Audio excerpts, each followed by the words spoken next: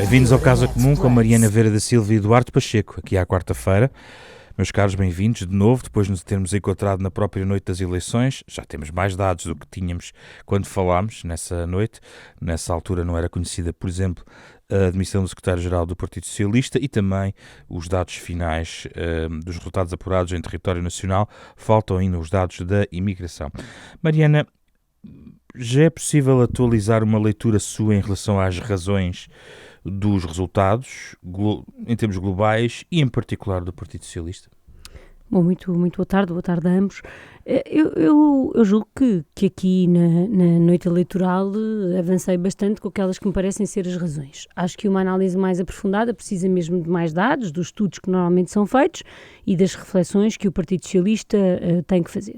A minha perspectiva é de que o Partido Socialista perdeu em duas frentes, tanto no voto dos mais qualificados para a AD e para o LIVRE, como no voto, enfim, digamos, mais popular para o Chega, e é nisso que precisa de se concentrar, de perceber porque é que as suas propostas, que até eram bastante centradas na ideia do poder de compra e da salvaguarda do poder de compra das pessoas que vivem com menos orçamento, não passaram e não convenceram as pessoas.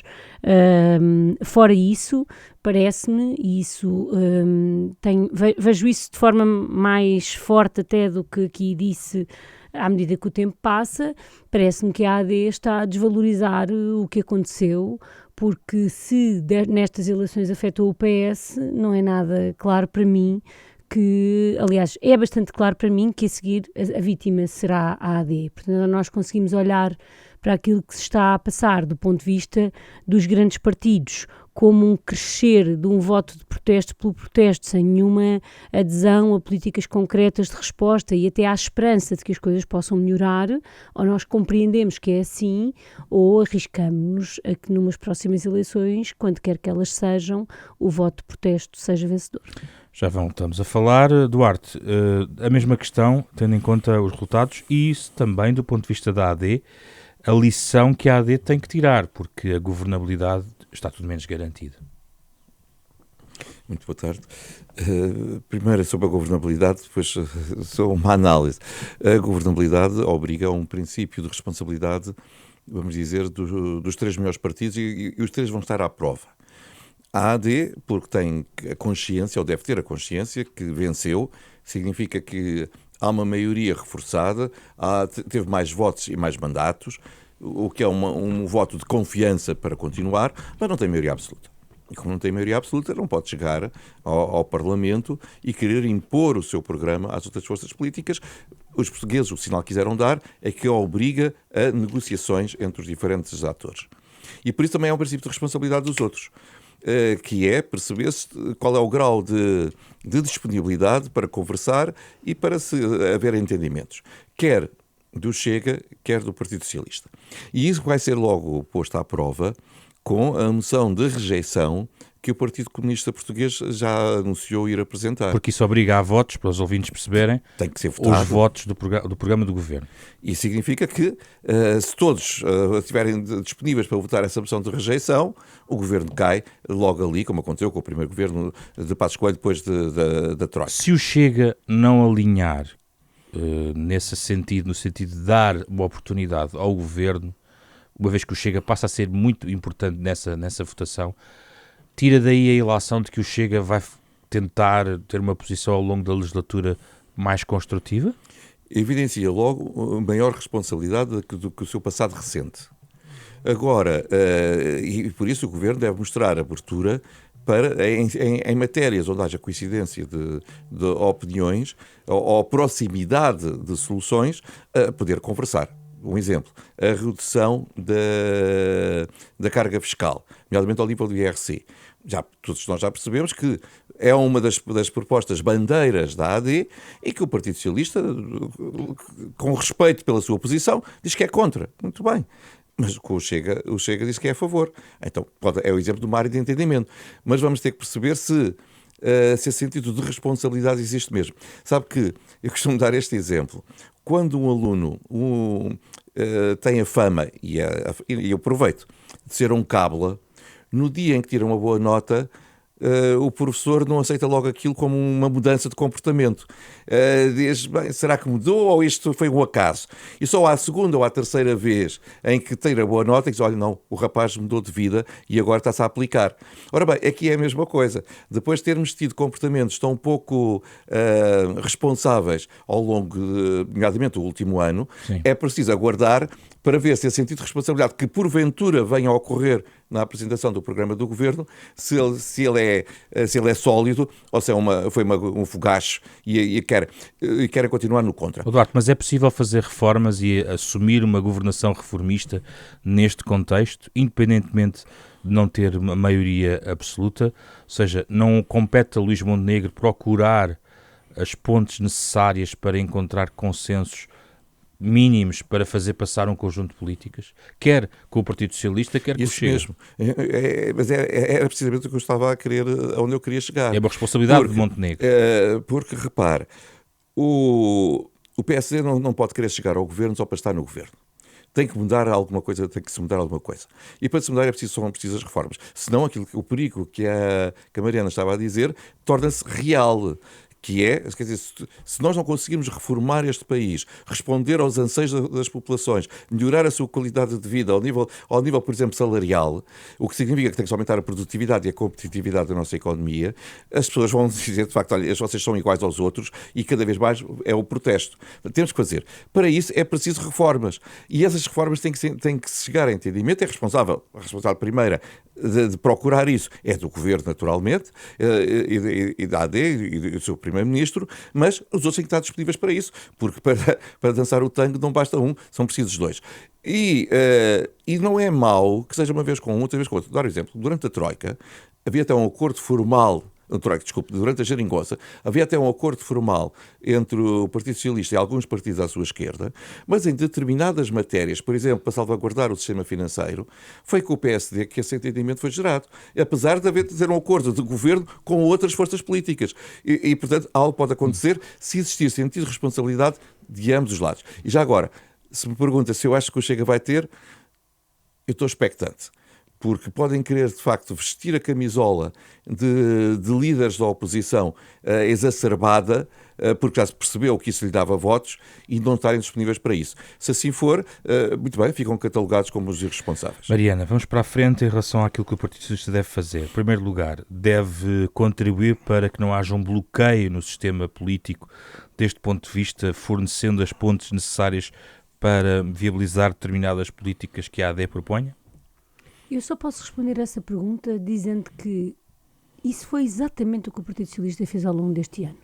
Ninguém consegue identificar uma medida conducente, por exemplo, à maior capacidade de construção para termos habitação que o Partido Socialista não tenha aprovado, nem através da abstenção. E, portanto, nós não podemos continuar a olhar para o cenário político como se tivesse havido algum obstáculo à governabilidade. O único obstáculo que houve à governabilidade foi Luís Montenegro e a sua vontade de ir para eleições. E isso leva-me à segunda conclusão. É que o objetivo de Luís Montenegro não foi atingido. Eu compreendo que todos estes programas tenham que se dedicar a analisar o resultado do Partido Socialista. Estou muito disponível para isso. Agora, achar que não há uma conclusão a retirar de, por exemplo, Luís Montenegro ter tido o pior resultado de sempre de um primeiro-ministro em exercício, de sempre, porque normalmente quem está no poder tem um ganho eleitoral com isso, e este primeiro-ministro não teve, é recusar compreender a disponibilidade que tem que haver por parte de quem governa de fazer essas cedências. E desse ponto de vista, e porque quando nós aqui conversámos, Luís Montenegro ainda não tinha falado, era mais cedo na noite eleitoral, Sim. O discurso de Luís Montenegro foi muitíssimo preocupante, porque ele disse claramente que no entendimento dele, o programa do governo tinha sido validado tal como estava. Disse-o claramente. E é isso que nos leva à situação de tensão permanente que existe. E, portanto, no meu ponto de vista, não há nenhuma razão para o Partido Socialista mudar o entendimento que sempre teve nesta matéria da viabilização dos governos, que é só quando existe uma alternativa é que se devem aprovar moções de rejeição. E, portanto, eu não tenho... O Partido Socialista não fez isso há 1 ano e 3 meses, há 1 ano e 4 meses, agora já não... E não vejo nenhuma razão para mudar a sua atitude quanto a isto. Nem nunca o fez na história, a não ser em 2015, onde, aliás, provou ter uma alternativa estável de governo, que aliás durou 4 anos e ao qual sucedeu vitórias sucessivas. Então vamos à do questão do Partido Primeiro-Ministro Socialista. Tem falado a Mariana muitas vezes na necessidade do PS fazer uma reflexão profunda. Disse isso também na noite eleitoral e tem repetido desde então. A questão é, que reflexão profunda existe quando eventualmente se procura um líder em junho ou julho? Bom, o Partido Socialista tem até sábado para definir o seu calendário e não há nenhuma solução fácil, porque também ficar sem nenhuma liderança até depois das autárquicas é complicado. A proposta que tem acontecido neste momento é de se poder dividir isto entre a eleição do secretário-geral para mais cedo, seja junho ou início de julho, e o Congresso para depois. Eu julgo que muito mais relevante do que isso é a forma como o Partido Socialista aproveita este momento de seleção do seu secretário-geral para fazer um processo o mais aberto possível e procurar fugir àquilo que sempre acontece nestes momentos nos partidos.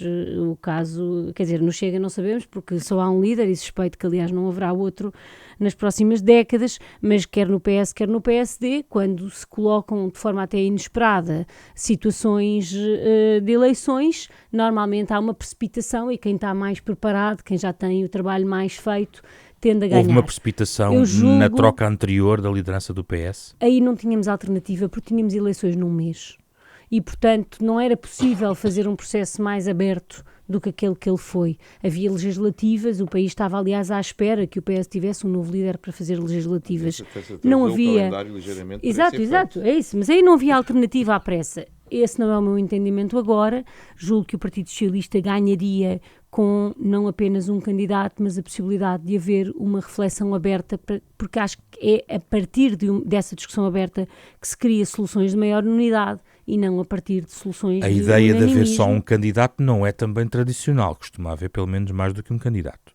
Aqui não é tanto o número de candidatos, é se as diferentes tendências que o Partido Socialista tem estão ou não representadas nesse debate. Muito mais do que o número de candidatos é a forma como esse debate se faz. Mas a Mariana falou de um processo de discussão interna e identificação de quem é a pessoa mais capaz de fazer este trabalho que o PS tem pela frente. Dá a ideia de que primeiro há uma pessoa que agrega várias tendências e que depois surge, e não o contrário, em que há várias pessoas que protagonizam ideias. A Mariana acha que não deve ser um processo em que aparecem candidatos e depois logo se vê a união do partido.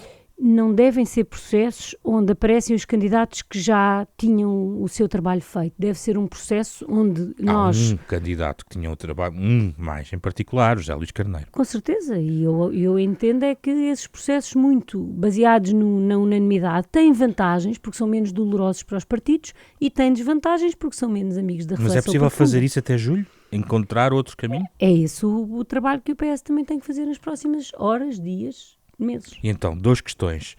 Sobre a sua posição pessoal, já sei que não quer dizer que não exclui ou que não quer ser lido como não excluir, mas da mesma forma como aqui no programa disse em janeiro que não iria ser candidata nas eleições autárquicas, essa clareza é possível dizer que a Mariana não está disponível para protagonizar, mas apenas para ajudar a construir as pontes? Não há nenhuma forma de eu responder essa pergunta que não dê um título no qual eu não me revejo. É a experiência que eu tenho tido nas últimas horas e, portanto, o que eu quero dizer é alguém que é dirigente de um partido ao nível que eu sou dirigente do partido já há alguns anos não deve dizer eu estou disponível para ajudar, mas não estou disponível para liderar. Do ponto de vista do princípio, não deve dizer isso, porque isso então coloca a tal situação da inevitabilidade. Eu também nunca escondi, e em muitas entrevistas, também nesta casa já me perguntaram, que eu não tinha como projeto de vida, não é uma coisa em que eu tenha, ao contrário de muitas outras pessoas, pensado ao longo dos últimos anos que eu estou a fazer um caminho para a liderança do PS, nunca foi esse o meu posicionamento no espaço político. A questão é, ou o PS quer fazer esse processo mais aberto, ou não quer. E nesse quadro há diálogo que tem que ser feito, que é prévio, mas não é como vamos nos juntar numa sala a escolher um secretário-geral. Não é isso. Vamos nos juntar numa sala para perceber, nomeadamente, os estatutos do PS, por exemplo, propõem 2 formas de eleição dos secretários-gerais, em primárias abertas ou indiretas dentro do partido. Essa discussão não foi feita. E o que é que a Mariana pensa feita. sobre isso? Eu não vou estar aqui a dizer, porque acho que isso é mesmo o espaço da reunião de sábado e, como disse, não há soluções muito fáceis, porque o tempo também é um fator. A questão é, ou estamos disponíveis para essa conversa ou não estamos disponíveis e queremos fazer desta eleição. Mas a Mariana podia dizer que outros militantes, mesmo. outros camaradas podem estar em melhor posição para protagonizar. Eu acho que há pessoas em melhor situação do que eu para protagonizar. Pronto. Se a pergunta é essa, a resposta também é fácil. Certo. E essas pessoas que a Mariana imagina que possa estar em melhores condições, na sua perspectiva, prestam um bom serviço ao PS se avançarem neste momento particular do partido? No meu entendimento, sim. Da mesma maneira que, há 1 ano e 3 meses, elogiei o facto de Zé Luís Carneiro, numas eleições que até se pode dizer que estavam previamente... Era bastante óbvio quem é que podia ganhar, ter-se disponibilizado para ir a eleições. Eu entendo que os partidos políticos ganham com o debate. É uma coisa em que eu acredito. E não ganham com as inevitabilidades. Mas esse é um caminho que o PS tem que escolher e eu estou totalmente tranquila. Tenho uma ótima relação com o Zé Luís Carneiro, trabalhei muito com ele, tenho muito boa opinião dele. Não é isso que está em causa. O que está em causa são os processos. E os partidos não podem desvalorizar os processos, porque quando desvalorizam os processos, enfraquecem-se. Uma última pergunta sobre esta matéria. Do ponto de vista estratégico, este novo ciclo tem que marcar já uma diferença em relação àquilo que foi a estratégia da liderança de Pedro Nuno Santos. A Mariana começou por dizer que a mensagem não passou, ou porque não seria aquela mensagem, ou uma questão de comunicação, ou o fundo do conteúdo da mesma poderia estar desajustado em relação àquilo que o eleitorado precisava. É preciso uma ruptura ou isso é demasiado, isso é excessivo para a nova liderança? Nós não podemos olhar para o mapa das maiorias europeias e ver que só em 6 países não há maiorias acima de 50% dos partidos de direita e tirar como conclusão que a responsabilidade é do Pedro Nuno Santos ou do António Costa. Essa, quanto a mim, é uma leitura absurda da realidade, quer quando a faziam quanto ao período de governação do António Costa, quer quando se faz agora quanto à liderança do Pedro Nuno Santos. Portanto, há um contexto global de fragilidade dos partidos socialistas e eu não posso fugir a isso, porque tudo o resto para mim é simplificar.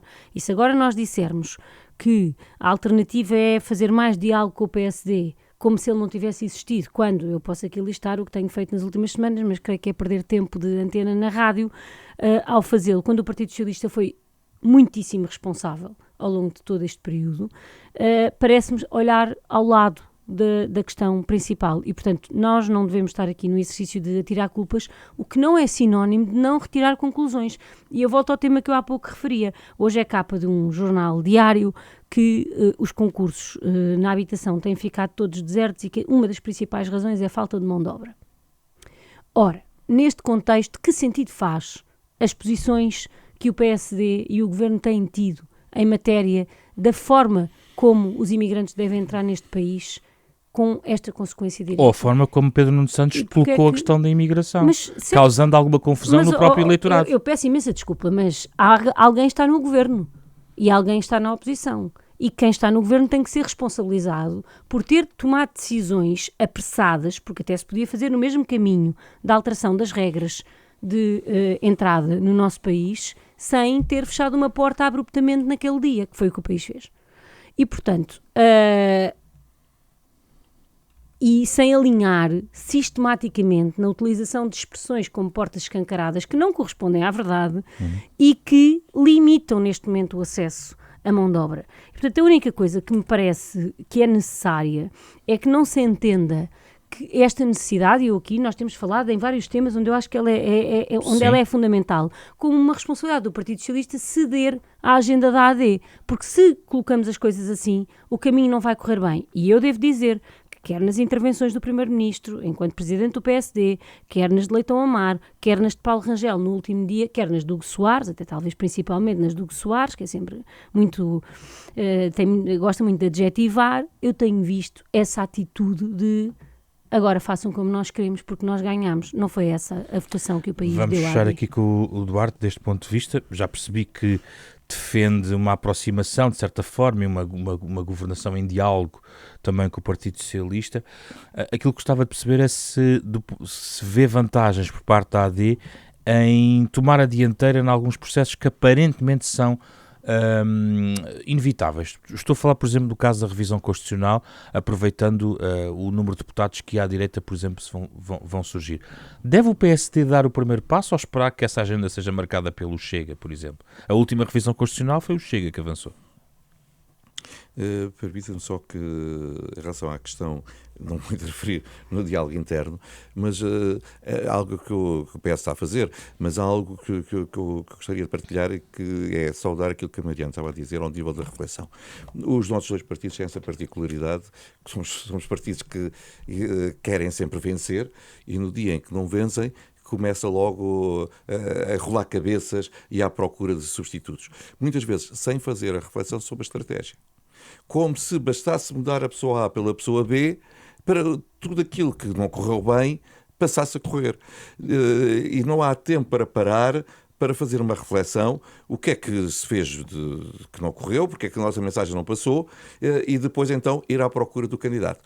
Isso acontece muitas vezes, quer no PSD, quer no PS, e era bom que o PS optasse por uma estratégia mais calma, mas que chegasse a uma alteração que possa repor o PS no lugar que tem direito na nossa democracia.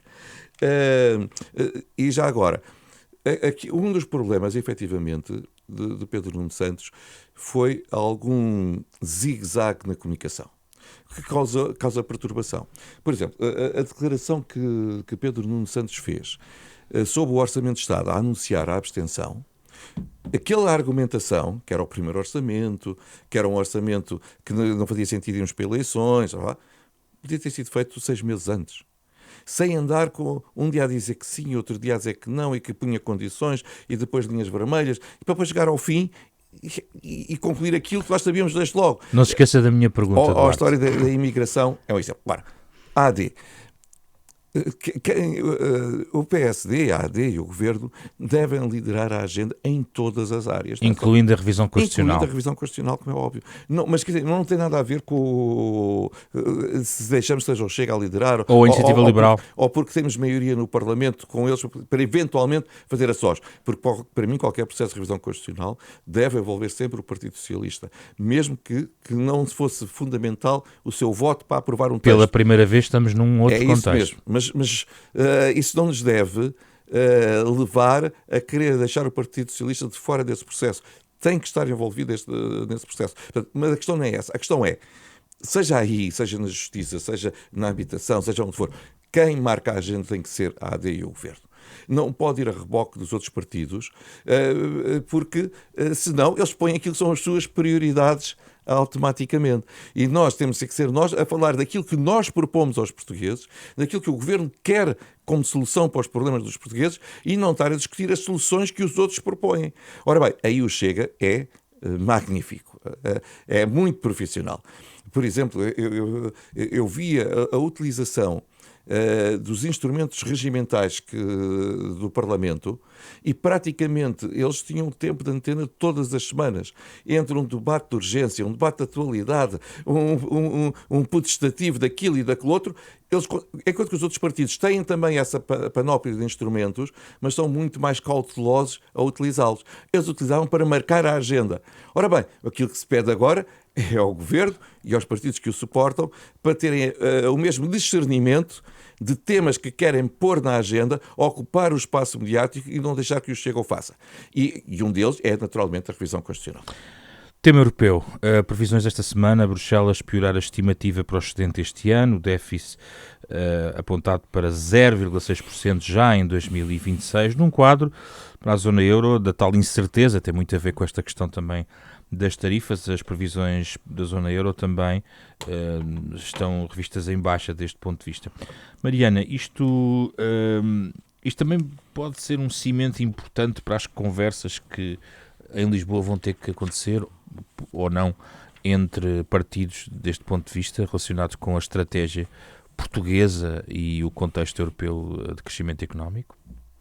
Bem, em primeiro lugar, estas estimativas da Comissão Europeia, bem como os resultados do primeiro trimestre da economia portuguesa de 2025, confirmam tudo o que o PS disse e escreveu no seu programa sobre as escolhas orçamentais que tinham que ser feitas. E nós também precisamos de pensar se, por exemplo, sendo o programa do Partido Socialista o programa mais barato que foi apresentado a estas eleições, por falar em responsabilidade, barato no sentido com menos custos na despesa e menos reduções da despesa, menor impacto orçamental, se isso, ter dito a verdade, não pode ter também prejudicado o Partido Socialista nestas eleições. E se isso aconteceu, estou confortável, porque acho que uma das piores coisas que o país pode fazer, e volto a falar do presidente do PSD, do primeiro-ministro enquanto presidente do PSD, porque quem o ouviu na noite eleitoral viu-o a repetir todas as promessas eleitorais que, à luz do contexto que nós vivemos, são impossíveis. Eu sei que Luís Montenegro vai chegar a um dia em que vai dizer que o mundo é muito diferente e que, portanto, tem que se adaptar. Mas nós quisemos debater o que é que o PSD faria se tivesse que adaptar, e nunca foi possível, porque eu tive vários debates com o Sr. Ministro das Finanças e ele dizia sempre que era porque eu era muito pouco ambiciosa. Não sei se agora também é assim que vai responder a Bruxelas e àquelas perspectivas económicas. Dito isto, eu julgo que esse cenário dificultará o diálogo que vai ter que ser feito entre os diferentes partidos, principalmente porque o Chega não respeita a ideia de limitações orçamentais. O Chega apresenta-se como... alguns no tempo os partidos à esquerda do PS também faziam, mas até deixaram de fazer, que é possível descer toda a receita e aumentar toda a despesa e o mundo continuará como antes. E o irrealismo, quando se confronta com a verdade e com a realidade, tende a dar maus resultados. Como eu não creio que o Chega esteja disponível para qualquer espécie de racionalidade nesta discussão, creio que tornará as discussões mais difíceis, mas eu volto a reafirmar. Isto mostra, quanto a mim, que o debate que tivemos nas eleições não foi suficientemente sério e todos sabíamos, e o Governo também, que os dados que iam sair do primeiro trimestre não eram bons, não sabíamos quais eram, porque o INE trabalha autonomamente, mas que não eram bons, e que as perspectivas económicas que a Comissão ia partilhar eram estas e não aquelas mirabolantes com que o PSD resolveu trabalhar. Duarte, não querendo repetir a nossa conversa que tivemos aqui sobre a questão das propostas dos partidos, que falámos inclusivamente dos dois maiores partidos... É que não vim, por isso é que senti esta necessidade. Exatamente.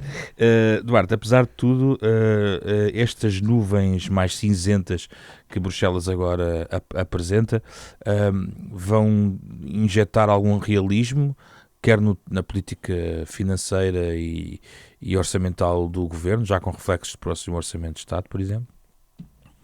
Como é óbvio, é impensável acreditar que o próximo Orçamento de Estado não tenha em conta aquilo que é a realidade e as previsões que são feitas pelos organismos internacionais, nomeadamente pela União Europeia, pela Comissão, mas também por outras instituições, FMI, ou internas como o Conselho de Finanças Públicas. Isso tem que estar presente.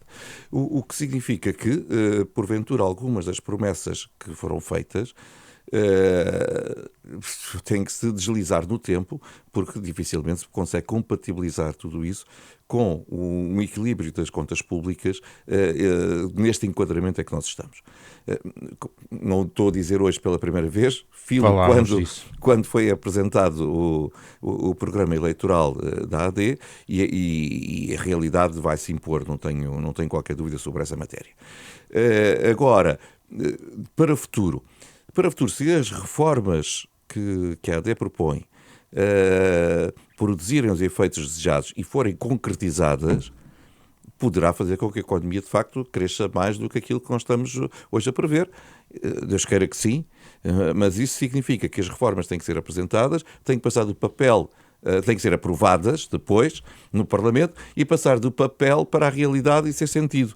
Se isso acontecer, excelente, significa que a economia está a crescer mais e que a grande parte das promessas possam vir a concretizar-se. Caso contrário, vão ter que ficar à espera de melhores dias. Uma última pergunta para ambos sobre esta questão do ponto de vista um pouco mais europeu. Mariana, esta ideia da incerteza, da ideia que a Europa não pode fazer muito senão esperar e apanhar cacos de incertezas que estão no mundo e muito relacionadas com, enfim, mudanças do ponto de vista da política tarifária, entre outras. As lideranças europeias não podem fazer mais para diminuir os graus de incerteza deste ponto de vista? Vou ter que ter 15 segundos para responder. Claro. Okay. É que o problema é, quando ouvimos a AD dizer isto, está sempre em causa uma e uma única medida, que é a baixa do IRC. Ora, todos os estudos que existem sobre esta matéria mostram que, mesmo caso, e é pouco provável, todo o dinheiro poupado com o IRC fosse reinvestido, fosse transformado em capital e em investimento, a economia cresceria mais 0,1% por cada ponto de IRC reduzido. Se fosse tudo. O que significa que ou vamos acabar com o IRC, para que esta medida por si só consiga corrigir estas perspectivas económicas ou melhorar as perspectivas económicas, ou estamos a falar mais uma vez de uma miragem. É só isto que eu acho que é preciso ter em conta. Quanto à dimensão europeia, porque essa sim é mesmo muito, muito relevante. Eu julgo que a Europa fez o seu trabalho no sentido do relatório Draghi, do relatório Letta, das várias discussões que aqui fomos tendo, para se preparar para transformar a sua capacidade de investimento e poder, aí sim, contribuir para uma mudança nestas perspectivas.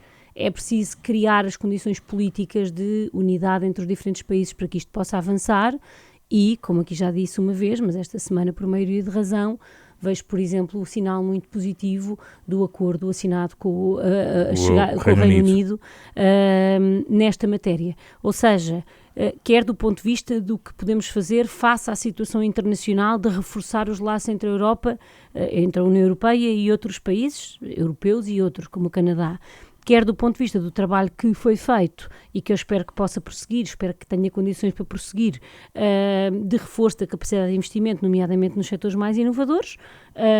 Espero que isto tudo possa avançar e gostava que Portugal participasse nestes debates sem ser da forma muito seguidista como acaba por fazer. Seguidista em relação a quem? Seguindo quem? Aqui nem interessa muito, mas nós quase não discutimos nada disto nas eleições. Eu sei que isto é sempre um queixume que fazemos, mas discutimos a verdade... mais aqui, de facto. Certo, mas também porque rejeitamos os pressupostos da discussão, que é que a situação económica é difícil e não é aquela que a AD dizia, porque a vida é fácil quando achamos que vamos crescer 3%, então não é preciso fazer mais nada. E eu acho que faltou muito realismo à discussão eleitoral e, como eu disse aqui na noite eleitoral, o Partido Socialista tem que fazer uma reflexão, mas não é o único, a AD também e a comunicação social também. Duarte Pacheco, e o que é que os líderes europeus podem fazer? Agora sou eu que preciso dos segundos para responder à Mariana. Força. Mariana, é que a experiência que nós tivemos com a redução do IRC é que a economia cresceu mais naquele ano e a receita também. Mas, independentemente disso, quando se fala das mudanças, são muitas que até são consensuais, só que inexplicavelmente não são postas em prática. Não são consensuais, porque sempre que o PS esteve no governo e as propôs, o PSD votou contra. Não e nós votámos a favor de todas durante o último ano. Dar-lhe um exemplo. Diminuição da burocracia do Estado. Um dia deixa eu ouvir um debate muito interessante entre o Pedro Cisa Vieira e o Castro Almeida. Podiam quase ninguém conseguia identificar quem era do partido A ou do partido B. Eu volto a repetir, mas o PSD votou contra quando nós apresentámos essas propostas no Parlamento. A realidade não quis saber desse consenso. Mas crítica tinham maioria na altura. E isso significa que não deve posto ser... em prática. E em parte pusemos. Mas o Presidente, disse que só promulgava com o acordo do PSD. Não é isso que as empresas sentem, porque se foram postas em prática... Mas o meu ponto é, quando nós propusemos, vocês votaram contra. Quando vocês propuseram, nós votámos a favor. Se é para falar sobre responsabilidade, podíamos falar sobre as mudanças também da Justiça, que era a outra, melhorar a Justiça. Aí foi o PSD que propôs, por Rui Rio, e que António Costa não aceitou. E eu já critiquei. E eu estou a dizer que o que é necessário é que os dois partidos... os dois partidos, quando eu estou a dizer os partidos, estou a criticar os dois, têm que procurar deixar aquilo que é marcar o golo imediato, mas pensar no futuro do país. E em muitas matérias, nomeadamente a diminuição da burocracia do Estado, que atropela a vida ainda às empresas. A melhoria da justiça. A justiça tributária está há 20 anos à espera para dar uma resposta às pessoas. Ainda recentemente vimos aquilo do concurso de uma universidade pública que agora queria retirar o título de académico, por exemplo, a Francisco Louçã, de um concurso que foi feito há 18 anos atrás. Quer dizer, isto não lembra a ninguém. Portanto, sem melhorarmos isto, de facto, as empresas e a economia não cresce aquilo que devia crescer. Eduardo, um minuto europeu. Para a Europa. A Europa, como é óbvio, tem pouca influência naquilo que é a política americana, todos nós percebemos, e que é daí que vem a grande incerteza hoje em dia, nomeadamente em termos económicos, com a política comercial ou transacional da administração. Não pode Ora bem, mas o que é que nós podemos fazer? É procurar reduzir a dependência desses mercados e ir à procura de acordos comerciais, por exemplo, com outras economias. O Mercosul, por exemplo, é um acordo que agora, se calhar, estava a ser desprezado por alguns dos países, nomeadamente por França, aqui pelo Chega, e agora, se calhar, é um daqueles que rapidamente tem que ser implementado para abrir novos mercados. É aí que a Europa tem que trabalhar. Procura de alternativas, de novos mercados, para que a economia europeia continue a crescer e a progredir, menos dependente daquilo que a economia americana decide. Muito obrigado a ambos. Na próxima quarta-feira cá estaremos para novas reflexões.